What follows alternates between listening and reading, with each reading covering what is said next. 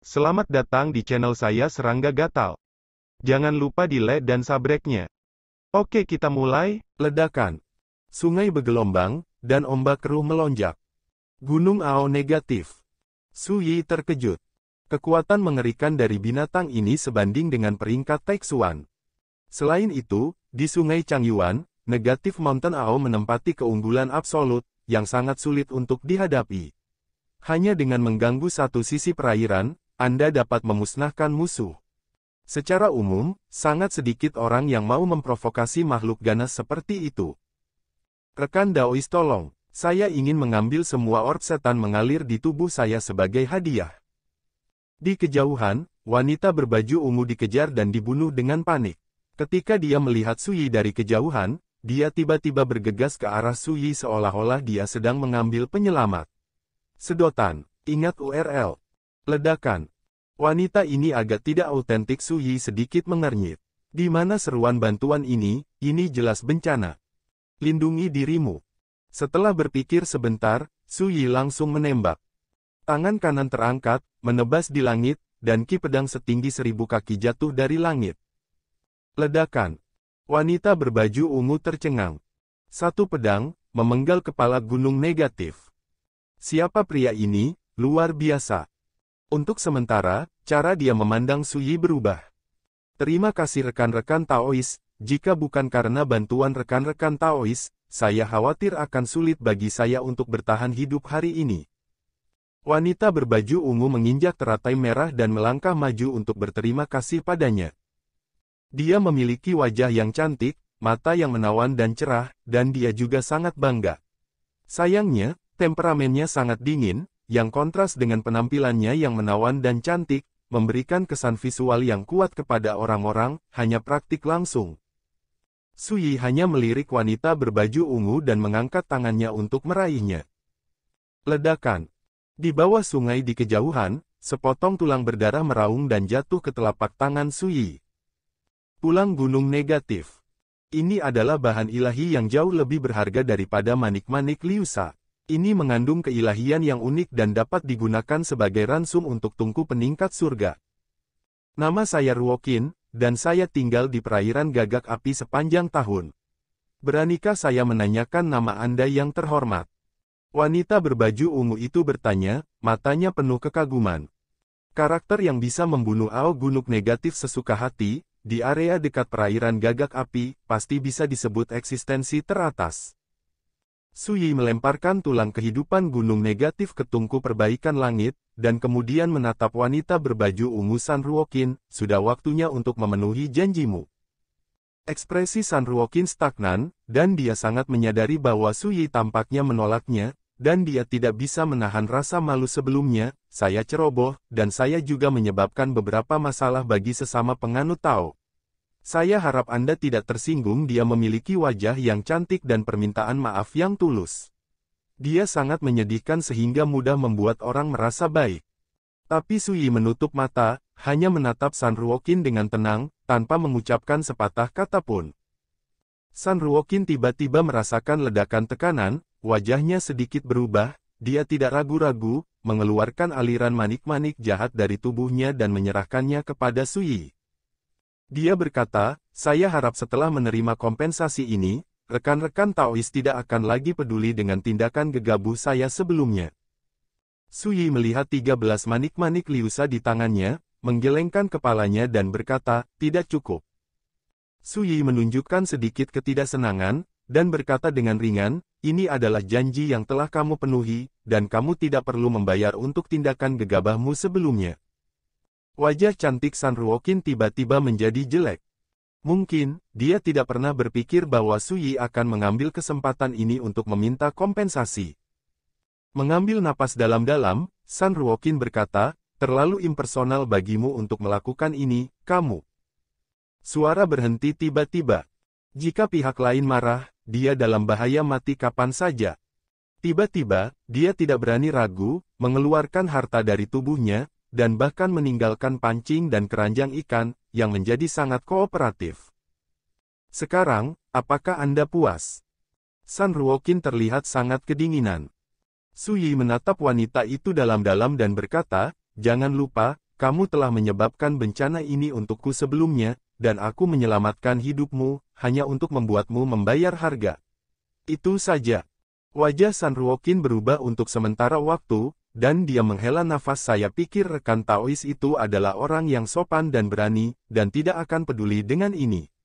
Siapa yang mengira bahwa saya yang berpikir terlalu banyak dan mengucapkan selamat tinggal? Setelah mengatakan itu, dia mendorong teratai merah di bawah kakinya dan melayang pergi. Kesatria. Menonton sosok Sun Ruoqin menghilang di kejauhan, Su Yi tertawa, siapa yang bukan karakter kejam yang telah berada di Sungai Panjang Era sepanjang tahun. Orang-orang baik hati itu tidak bisa bertahan di Sungai Panjang zaman ini. Sambil menggelengkan kepalanya, Su Yi tidak berpikir lagi. Apakah Sun Ruoqin menyimpan dendam atau tidak? Jika dia berani membalas dendam untuk ini, Su Yi tidak keberatan memberitahu dia apa itu kekejaman yang sebenarnya. Melirik harta karun yang ditinggalkan Sun Ruoqin, Su Yi tiba-tiba kehilangan kesabaran dan melemparkannya ke Tungku Tianmen. Bukannya harta itu tidak cukup berharga, tetapi bagi Su Yi hari ini, sebagian besar harta di tingkat Taijing tidak lagi ada di matanya. Selanjutnya, Su Yi terus berenang di sungai yang panjang dengan satu pedang dan satu pedang. Dibandingkan duduk bersila, berbaring di kursi rotan memang paling nyaman. Gunung negatif dan semua muncul, yang merupakan pertanda buruk. Su Yi merenung. Di Sungai Panjang Zaman, makhluk tak menyenangkan seperti kalajengking gunung negatif, burung berkepala manusia, kupu-kupu mata hantu, dan kalajengking kekeringan dianggap sebagai tanda tak menyenangkan. Selama makhluk tak menyenangkan ini muncul, mereka ditakdirkan untuk disertai dengan bencana. Terutama ikan belanak. Makhluk tak menyenangkan ini muncul di darat, seringkali menyebabkan kekeringan. Tapi ketika muncul di Sungai Panjang Zaman, berarti akan ada bencana yang tidak terduga. Dalam 1/4 jam, pedang tiba-tiba bergetar ringan, dan menyebarkan sebuah gagasan tuan. Di kedalaman perairan di depan, ada kekuatan pusaran aneh yang terbentuk. Su Yi mengangkat matanya dan melihat ke kejauhan.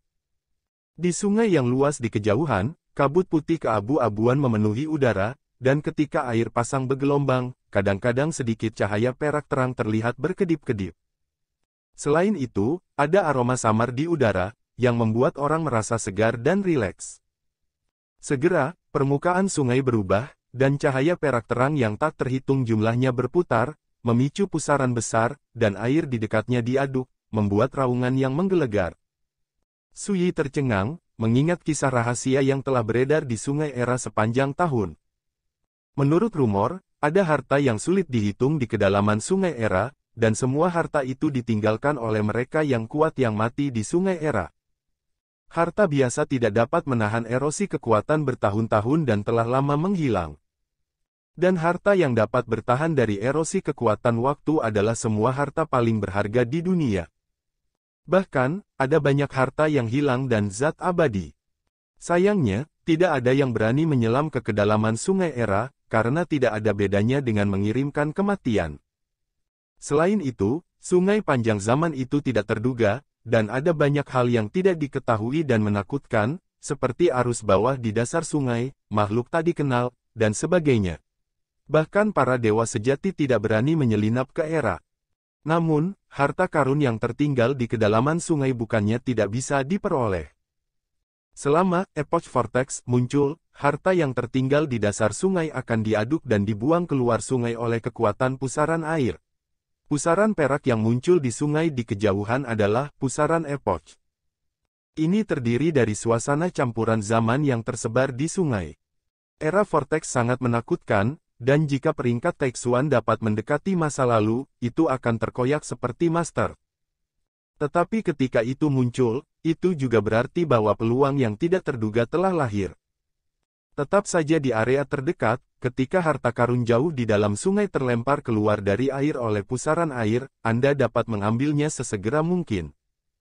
Ketika saya bertemu dengan Negatif Mountain Ao sebelumnya, saya pikir akan ada malapetaka. Saya tidak pernah berpikir bahwa saya akan menemukan keberuntungan seperti itu. Su Yi terkejut. Dia segera bangkit dari kursi rotan, menginjak pedang, datang ke daerah yang tidak jauh dari pusaran zaman, dan mengeluarkan joran di satu tangan. Ini adalah salah satu harta yang dikompensasi oleh Sun Ruoqin sebelumnya. Dan sekarang, itu diambil oleh Su Yi, berniat untuk memancing kesempatan. Ledakan. Pusaran era berputar, dan perairan di dekatnya terganggu, menderu seperti guntur, dan cahaya perak muncul di pusaran, memancarkan aura menakutkan. Itulah suasana kacau zaman. Momentum semacam itu membuat kelopak mata Su Yi melompat, dan segera memindahkan pedangnya beberapa meter, menghindarinya sedikit lebih jauh. Segera, cahaya hijau menyilaukan keluar dari era vortex dan melesat langsung ke langit. Mata Su Yi langsung tertuju padanya. Su Yi menjentikkan pancing dengan pergelangan tangannya, dan tali pancing transparan meledak ke udara, dengan mudah menjerat balok tembaga. Dengan keras, tali pancing yang sangat kuat dihancurkan oleh cahaya hijau yang dilepaskan dari balok tembaga. Bayi ini tidak mudah. Tapi pada saat ini, kehampaan di kejauhan tiba-tiba terbuka, dan sebuah tangan besar keluar dari celah, meraih balok tembaga yang mengepul dengan cahaya hijau mengerikan di depan Su Yi. Maaf, harta ini milik saya. Seorang pria dengan rambut panjang seperti salju dalam mantel bulu muncul di kejauhan dan membuka mulutnya sambil tersenyum. Di telapak tangannya, dia memegang potongan tembaga yang mengepul hijau. Su Yi berkata ringan, itu belum tentu benar. Pria bermantel bulu setengah tersenyum mau ambil. Su Yi berkata, itu tidak perlu. Pria bermantel bulu itu merasa aneh. Melihat harta karun ini akan melarikan diri, energi pedang yang kacau tiba-tiba menggantung, menekan harta ini dalam satu gerakan, tidak dapat bergerak lagi, dan ditangkap oleh Su Yi. Pria bermantel bulu tiba-tiba berubah murung. Su Yi merentangkan telapak tangannya dan bertanya sambil tersenyum, apakah kamu akan mengambilnya? Ingat urlnya. Mata pria bermantel bulu berkedip, dan dia menatap Su Yi, alisnya dipenuhi dengan niat membunuh yang tak terkendali. Namun pada akhirnya, dia menahan diri dan berkata, maukah Anda mendengar saran saya? Su Yi melihat balok tembaga di tangannya, dan berkata tanpa sadar, katakan padaku. Dia telah melihat bahwa balok tembaga ini mengandung materi abadi, yang jelas merupakan bagian dari harta karun ilahi Era. Mungkin sudah terlalu lama tertinggal di dasar sungai Era. Setelah bertahun-tahun tergerus, balok tembaga ini banyak retak dan tertutup karat. Pada saat ini, pria berjas bulu berkata berikan aku harta itu, dan kamu harus menjadi teman. Aku akan membawamu ke perairan gagak api, dan aku berjanji tidak akan membiarkanmu menderita. Setelah jeda, dia melanjutkan sebaliknya, kamu juga tidak bisa membayar, maka kamu harus meminta lebih banyak keberuntungan. Su Yi berkata dengan tenang, apakah ini ancaman? Pria bermantel bulu hendak mengatakan sesuatu ketika ada suara angin pecah di kejauhan. Sekelompok tokoh meraung. Pemimpinnya adalah seorang pria kurus berjubah kain, berjalan di atas perahu tulang, mengenakan mahkota hitam yang tinggi, dan muncul dengan kekuatan taeksuan yang mengintimidasi. Di sampingnya ada 3 pria dan 1 wanita. Yang satu lebih menakutkan dari yang lain. Faktanya, tidak ada satupun karakter yang bisa menerobos sungai panjang zaman itu yang baik. Bagaimana kabar mereka? Pria bermantel bulu menyusut. Wu Linchong, apakah Anda kenal orang ini? Di kejauhan, pria kurus berjubah kain yang menginjak perahu tulang berbicara, nadanya acuh tak acuh dan dingin. Orang-orang di sampingnya diam-diam bubar, dan kekuatan menyebar ke seluruh tubuhnya, sepenuhnya menutupi area tempat Su Yi berada. Pria bermantel bulu itu tersenyum dan melambai Tuan Yuchi salah paham, saya sama sekali tidak mengenal orang ini. Berbicara, dia melirik Su Yi dengan schadenfreude, melangkah mundur dengan tegas, dan mengungsi jauh dari daerah ini. Su Yi memandang sekelompok pria berjubah kain dan berpikir, apakah kamu datang untukku? Bagus. Mata pria berjubah kain itu dingin dan dia berkata langsung, jika kamu tidak ingin mati, serahkan saja semua harta di tubuhmu, dan kami tidak akan membunuh mereka semua. Di sampingnya, 3 pria dan 1 wanita menatap Su Yi dengan dingin. Udara dingin membuat kekosongan di dekatnya bergetar. Tapi Su Yi tampaknya tidak menyadari semua ini dan berkata, apakah wanita bernama Sun Ruoqin itu mengundangmu ke sini? Kamu terlalu banyak bicara, temanku. Di samping pria berjubah kain, seorang pria tua botak berjubah merah berkata tanpa ekspresi, "Jika Anda ingin bertahan hidup, Anda harus bekerja sama dengan patuh dan segera menyerahkan harta Anda, jika tidak, tempat ini hari ini adalah tempatnya. Tulangmu akan dikubur, tanah." Suasana semakin menyesakan. Tapi jangan bodoh. Dia sepertinya mengingatkannya dengan baik, tetapi sebenarnya, kata-katanya bercanda, yin dan yang aneh, dan dia tampak seperti masalah besar. Su Yi mengabaikannya. Dia mengambil sebotol anggur dan menyesapnya, dan menghela nafas. Benar saja, wanita itu memang merepotkan, dan dia seharusnya tidak diselamatkan jika dia tahu sebelumnya suara itu masih bergema, dan dia maju selangkah. Saat berikutnya, dia muncul dari udara tipis di depan pria tua botak berjubah merah yang berdiri di garis depan. Ini benar-benar mencari kematian. Pria tua botak berjubah merah itu menyeringai dan membanting palu raksasa dari tangannya. Ledakan. Cahaya ilahi beredar, dan palu raksasa itu mencengangkan dan perkasa. Bertarung melawan kejahatan tua berjubah merah di bawah Lord Yuchi. Ini bukan mencari kematian. Di kejauhan, pria berbaju bulu mau tak mau merasa kasihan saat melihat pemandangan ini. Orang ini pasti baru pertama kali datang ke perairan gagak api, dan dia tidak tahu seberapa kuat kekuatan yang dia hadapi kali ini. Hanya memikirkan ini, ada suara keras yang menghancurkan bumi di lapangan. Di bawah tatapan heran pria bermantel bulu, Su Yi menghancurkan palu raksasa yang mendekat dengan telapak tangannya yang kecil. Jiwa dan jiwanya hilang. Hanya dengan satu sapuan, iblis tua yang telah menjelajahi perairan gagak api selama bertahun-tahun. Semua orang terkejut. Su Yi menjentikkan ujung jarinya dan menghela nafas, "Hanya saja aku melebih-lebihkanmu dan secara tidak sengaja mendorong terlalu keras." Dia berpikir bahwa pria tua botak berjubah merah ini setidaknya adalah karakter teratas di peringkat Taixuan, jadi dia menggunakan 40% dari kekuatannya ketika dia memulai. Tapi siapa sangka, pihak lain tidak sekuat yang diharapkan. Sampai-sampai meledakkan pihak lain secara tidak sengaja. Tentu saja, Su Yi tidak akan menyesalinya. Bunuh. Pada saat yang sama, di sebelah pria tua berjubah kain, dua pria dan satu wanita segera menembak. Ledakan. Mereka masing-masing mengorbankan hartanya dan mencoba yang terbaik. Di antara mereka, lidah wanita itu meledak menjadi guntur musim semi, dan dengan ujung jari, seekor binatang besar bergegas keluar dari kedalaman sungai di bawah kaki Su Yi, memicu badai dahsyat dan membantai Su Yi. Angin dan ombak mengamuk, dan napas era yang menakutkan sedang terjadi, yang cukup untuk mengancam pembangkit tenaga listrik yang melintasi sungai era, dan aura binatang itu bahkan lebih aneh. Seperti tajam yang tak terhitung jumlahnya pisau, mereka meraung ke arah Su Yi. Dua pria lainnya menyerang dari kedua sisi. Menghadapi serangan menjepit semacam ini, Su Yi berdiri diam, mengangkat tangannya dan menekannya dengan tenang. Ledakan. Daerah ini sedang kacau. Kekosongan runtuh. Tak terhitung cipratan air. Air darah merah hanyut terbawa arus sebelum membasahi permukaan sungai. Dengan satu telapak tangan, Anda dapat dengan mudah membunuh sekelompok musuh. Adegan yang mendominasi ini mengejutkan pria bermantel bulu yang menyaksikan pertempuran dari kejauhan, terengah-engah, dan jantungnya bergetar hebat. Orang ini siapa orang ini? Di sisi lain, pria berpakaian preman yang berdiri di atas bonbot juga tercengang, tubuhnya dingin, pipinya berkedut hebat. Pada titik ini, bagaimana mungkin dia tidak tahu, kali ini dia menendang pelat besi.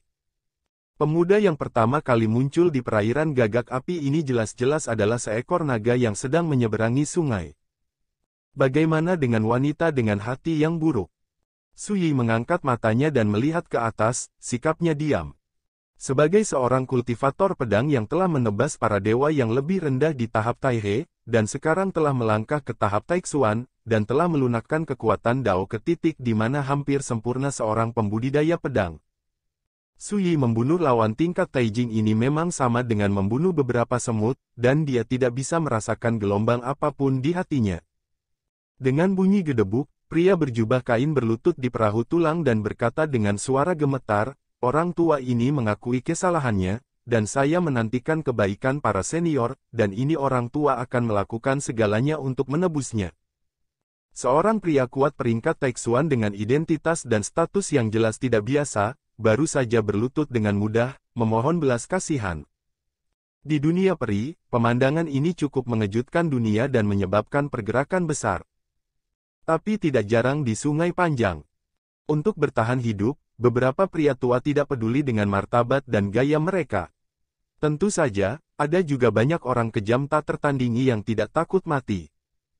Lagi pula, siapapun yang berani menerobos di Sungai Panjang zaman, siapa yang bukan pria garang yang terbunuh selangkah demi selangkah di jalan. Singkatnya, ketakutan akan kematian dan bukan ketakutan akan kematian berbeda-beda pada setiap orang. Beberapa orang tampaknya tidak takut mati, tetapi ketika mereka benar-benar mati, tulang mereka akan menjadi lebih lunak daripada orang lain. Su Yi tidak peduli tentang ini, hanya bertanya, bagaimana cara memberi kompensasi. Saya bersedia menyerahkan semuanya kepada para senior untuk menebus kesalahan sebelumnya. Selain itu, jika senior memiliki kebutuhan, Anda dapat mengajukannya.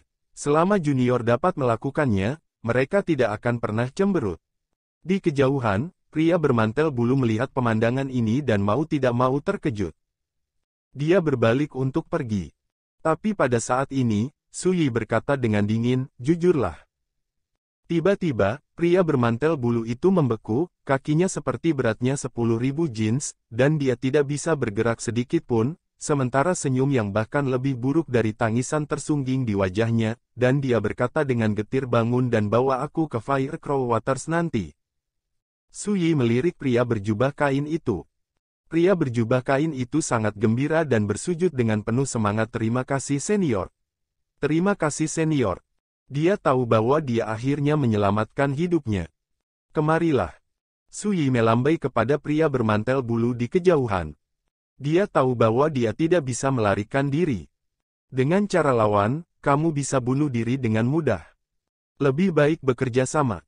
Bagaimanapun, situasinya lebih kuat daripada orangnya, dan orang yang mengetahui keadaan saat ini adalah pahlawannya. Kamu dan dia pergi untuk mengumpulkan harta di dekat Epoch Vortex. Su Yi memesan, ini. Pria bermantel bulu itu tercengang, kepalanya membeku. Orang ini memperlakukan dirinya sebagai pelayan yang patuh. Terlalu banyak. Apakah dia benar-benar berpikir dia akan sama dengan pria tua kurus itu? Tetapi ketika dia menyadari bahwa mata Su Yi tersapu, pria bermantel bulu itu tiba-tiba mengangguk, dan berkata, tidak masalah, serahkan padaku dan kamu bisa melihatnya. Sekian dulu dari Mimin. Terima kasih.